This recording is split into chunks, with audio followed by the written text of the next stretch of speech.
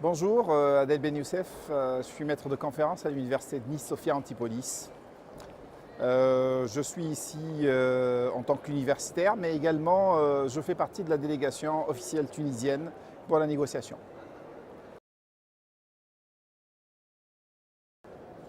La COP de cette année, c'est une COP très particulière parce que c'est une COP de transition. Donc il n'y aura pas de très grandes décisions qui vont émaner de cette COP. Néanmoins, il y a beaucoup de dossiers techniques qui sont en préparation.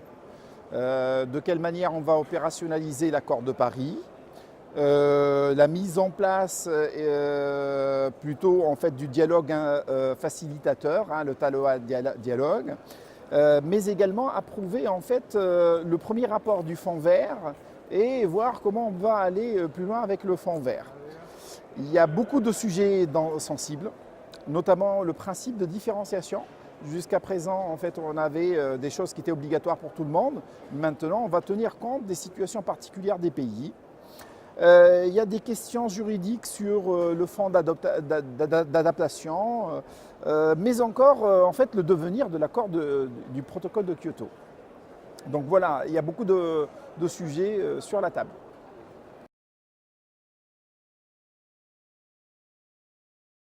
La négociation, c'est plus de 190 pays qui négocient, donc c'est impossible de s'exprimer seul. C'est pourquoi il y a des blocs régionaux bien déterminés. Il y a le bloc Afrique qui s'exprime d'une seule voix, le bloc Asie. Donc il y a beaucoup de déterminants régionaux. Et puis il y a les grands acteurs, bien entendu. Et nous avons l'émergence d'un nouveau ordre mondial avec le G77 plus la Chine, qui est un groupe de 133 pays et qui s'exprime en premier quasiment sur tous les sujets. Donc on va dire qu'en fait c'est une négociation entre blocs régionaux qui déterminent des positions communes avant d'aller négocier.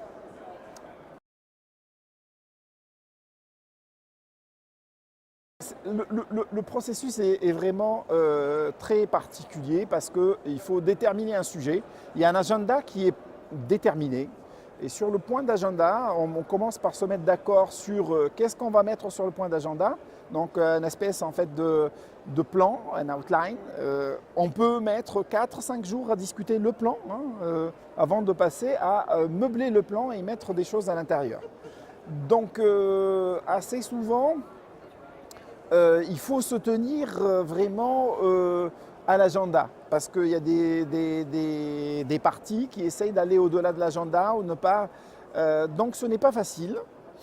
En général, nous avons 6 sessions avant d'arriver à un texte et le texte sera proposé au ministre et la réunion ministérielle aura lieu la semaine prochaine.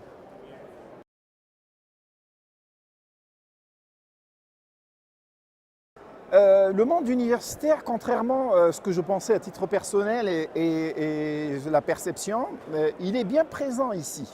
Il est bien présent parce qu'il y a des grands professeurs qui facilitent les dialogues, qui sont nommés pour faciliter certains dialogues.